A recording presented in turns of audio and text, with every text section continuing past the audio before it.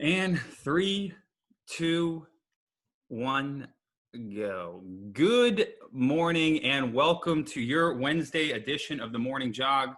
My name is Matt Cohan. I am joined by two steeds here, Francis Ellis and Robby Berger. Fellas, how are we? Giddy up, fellas.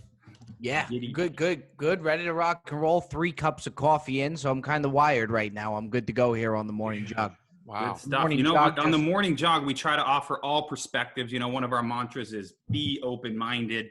But, Robby, you really tested us with that mantra today on your Brilliantly Done podcast release. For those who haven't seen the Brilliantly Done podcast today, Robby took it upon himself to rank his top 5 foods of all time, and they are absurd. I'll run down them right now.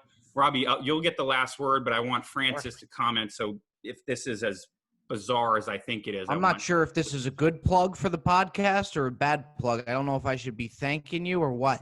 We'll find out. So for the top 5, Robby's is number 5, hamburger. Number 4, sushi. Number 3, lobster. Number 2, Caesar salad. And number 1, none other than a bagel with cream cheese. I haven't had a bad one. Francis. It's as if like a father and his 6-year-old son made this list together.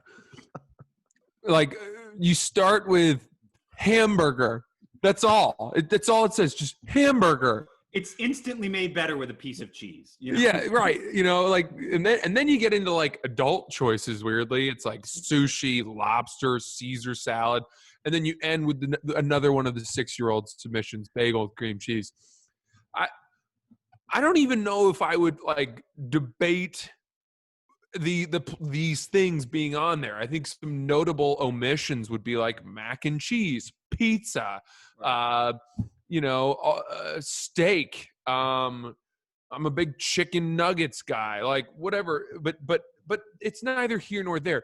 There is such a weird kind of inconsistency between these foods. And to think like Caesar salad. I also know Robby eats like gas station Caesar salads. This isn't like these are like 7-Eleven last gasp, like the only thing they've got left, Caesar salads, and he eats them for breakfast. It's one thing like to have a Caesar salad where it's made at your table, where they break the egg over it and they whisk all that, and it's like freshly grated Parmesan and good romaine and decent croutons. You could maybe say that that's a great food. But these salads that I know you're eating, Robby, I have my doubts, my friend. Francis, first off, that gas station Caesar salad I think you're referring to is a Trader Joe's Caesar salad, which is $4.99 and a pretty good one to go. As far as cracking the egg over the Caesar salad, I'm not very sure what Caesar salad you're having with the egg on top of that. Could be one of those main Caesars that you're having up there. But look, I knew this list would come with a lot of controversy, and that's okay. The pizza argument is a very valid one. I can tell you the pizza would be the first man off my bench. That would be in the 6th spot right there. And it was one of the hardest decisions I've had to make recently was going between the Caesar salad and the bagel for the one hole. Goes to show what I've been doing lately, that's the hardest decision I've had to make in a long time. I think bagels with cream cheese are one of the most underrated foods out there, to date. I've never had a bad bagel with cream cheese. I stand by my list wholeheartedly. And, it's very, it shows a wide range. It really does. I think it shows a wide range of cuisine there. And it's a top 5 I'm taking. Francis, I would guess if you were doing a top 5, your number 1 would be almonds. Wet mulch. Yeah. Almonds, unsalted, uncooked almonds. Just 3 of them. Matty, what's your top? This is how, if your list stands this test, like if you were going to the electric chair, you wouldn't have a bagel with cream cheese, right? Isn't that the bagel? I see where you're going with that, but bagel with cream cheese was number 1 there for a reason. I probably wouldn't go with the breakfast food. No, I'd probably do a Caesar salad. Francis, what's your electric chair? Yeah, I mean, the thing about the electric chair and the last meal. I think you're allowed to order like anything you want, which means that Robby could bring out a pig's trough of all 5 of these things, Right? and go for it. All power to you. You're about to die, but for me, like, I think a great barometer for choosing this, and I can't even believe I'm taking this topic seriously, would be which foods are still good across the spectrum of like amazing version, horrible version, right? Yeah. And you allude to that, Robby. It's kind of like, for me, like the athleticism question, like who are the greatest athletes of all time? Yeah. Well, one thing you have to consider is like people that were great at multiple sports, right? Like Deion Sanders to me is a better athlete than Lance Armstrong. Like that's just how I feel.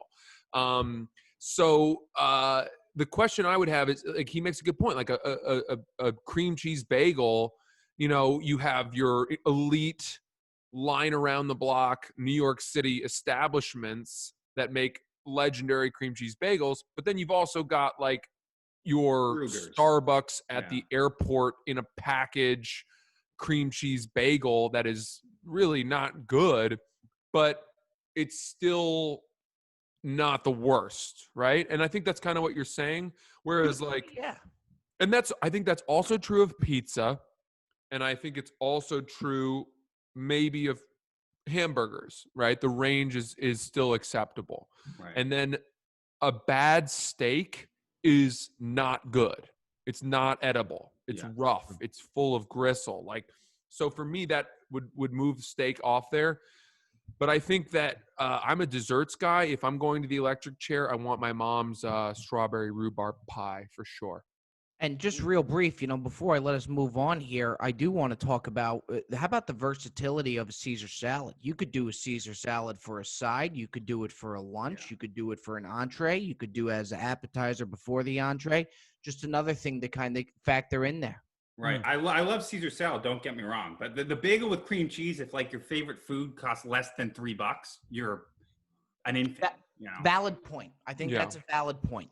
All right. That's where we'll pin it and we'll move on. This is one I want your opinion on because it kind of baffled me. A recent survey determined which sports people bet on most frequently, and golf took the cake in all 3 categories. The first category, the PGA Tour, came on top in the percentage of bettors who wager $1,000 or more a month, 26%. MLB was second with 21%. The second category, percentage of people who make bets several times a week, PGA Tour again, 77%. NHL second with 67%. And the final category, favorite type of bet, PGA Tour futures won this one, 61%. NHL futures came in second with 56%. Golf, is that like, are you guys big golf bettors or?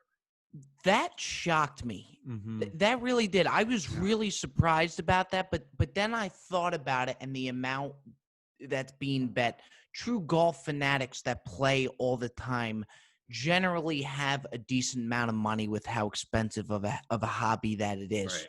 So a lot of these guys, when you think about it, have a lot of money to put on it. Plus, the thing with golfing that you don't necessarily get with like an NBA at halftime and stuff, after each hole, you can then bet again because they take so damn long to walk to the other tee box, swing again. That's when those live bets come in. Yeah. So I've experienced it myself. It's frustrating as hell, but I find myself, rather than even betting on the match, I'm going after each hole. Mm-hmm. So that's when I thought about it more.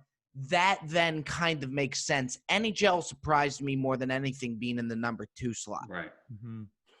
Yeah, it's hard to make sense of why this is the case. I have a couple theories, but no hard evidence. One thought I had is that I think golf fans, especially golf fans who are betting on non-major events and tuning in to like WebAm stuff and weird tournaments that are sponsored by like pencil companies, like those events, these guys think that they have an edge because not many people in the world follow the sport that closely, right? And so for some reason they think that, this is my theory, is that like, you know, when you're betting on the Super Bowl, everybody in America is betting on the Super Bowl, and it's going to be like one side or the other, 50-50. Like the lines have been set to dupe people equally. Whereas in golf, like betting that some Korean prodigy that you've never heard of is going to place from 10 to the 15, like a lot of rich white dudes might think that they have special knowledge that that's going to happen. But you know, it also speaks to the wealth of golf, right? Of that it is a sport in and of itself that attracts wealthy people with disposable income who can burn thousands of dollars on gambling on it. So I don't know, could be a little both of those. Do you guys think? Go ahead. Go ahead, Robby. Yeah, think about Michael Jordan. If he's willing to bet $100K a hole while he's playing, imagine what he would bet on an actual professional. I think 90% of those bets could be coming in from MJ. Are you, when you guys are watching golf, are you like, do you think it's because like people need the extra oomph because golf is so mundane? And a lot of times, is that like, because I mean, my brothers watch it, they'll watch it for 3-4 hours a day, and I'll be like, how the fuck are you doing this? See, that's a good point too. For the people who don't love the game and that, you know, are there on a Sunday and they put it on, I do think that you have a ton of those bettors. You put a little juice on it and it instantly gets great. You'll watch anything with a little bit of juice on it. Mm-hmm. Of course. Yeah. All right, fellas, moving on. Third story here. We've been in lockdown for who knows how long. The weather's getting nicer. You might be tempted to do some things that you do before all this shit hit the fan. The New York Times asked 511 epidemiologists questions about when they'll return to normal life and everyday activities like working in an office, shaking hands, and going to school. What I'll do is I'll ask you guys what percentage, how likely you are to do that this summer, and then I'll read what the epidemiologist said. So I'll start with Francis here, and then you weigh in, Robby. Francis, what percentage likelihood are you to see a doctor for a non-urgent appointment this summer? 0. 0. Yeah, I'm not going to do that. But I mean, I really don't go to the doctor unless something is really bad anyway. True. So Robby? the coronavirus didn't really change that for me. It's very unlikely. I kind of take the same stance. I mean, I really got to be hurting for me to go to the doctor. There's got to be something definitively wrong with me for me to go to the doctor. I would say 15-20%. Okay, 60% of these said they would do that, which is, how about attend a small dinner party? Yeah, this summer. 100%. Yeah, 100%. I've already 100%. done it. Yeah. Yep. 32% here. That's amazing. This isn't going well, Robby. No, it is not. It's not a good look for us right now, Francis, whatsoever. How about this one? Right Ride a subway or a bus? 0%. Yeah. 20%. Robby, you looking to ride that? Maybe to go into Yankee Stadium, and that's it. I think I already know this answer to this question. Exercise at a gym or fitness studio? Here's what I find interesting about the gym, if I may. I always used to get on and think it was a little ridiculous for the people who they would finish each set of equipment, and as they go on, they would wipe it down. Then they would wrap a towel around the entire piece. And I always used to hate that. Now I can't hate it anymore. What I'll really look out for, I'll go to gyms. What I will not do, because these people have no regard for social distancing, even before social distancing was a thing, are the sauna people. They're laying out. They're doing crunches in the sauna. They don't care who's by them. They're going back and forth on someone's leg. They have no regard for it. I'm saying steer clear from sauna. I trust the subway before I trust the sauna right now. Wow. Yeah, it's a good point. I think I could be I'm about a 50-50 likelihood of going to a gym this summer. What? Yeah, because I would really like to, but I also have decent exercise equipment here. And the only reason I need to go to the gym is if I want to like really lift weights that I don't have, like a squat rack or something. And so it's possible that if gyms open up in the next couple of weeks where I am, that by July or August, I will have gathered the courage to go back to one. Last one here. Hug or shake hands with a friend this summer? 100%. Yeah, I'm coming in hot on the hugs. I need friendship. How about with a friendship. Stranger? Are we looking at? No, I don't want to hug a stranger. What was this? I don't know. Are we homeless? Like what are these? Are we under the fucking Eiffel Tower? We're doing the free hugs thing? Get the fuck out of here. Depends on the stranger, but I think I would. You would? Depends on the stranger, but I would consider it more so than a stranger has a better chance of getting a hug from me than Francis. That's true. That's true. Yeah. We'll end on that jab here. All right. Thank you for listening. That's your Wednesday edition of the Morning Jog. We'll see you again tomorrow, same time, same place. Peace. Nice, guys. That was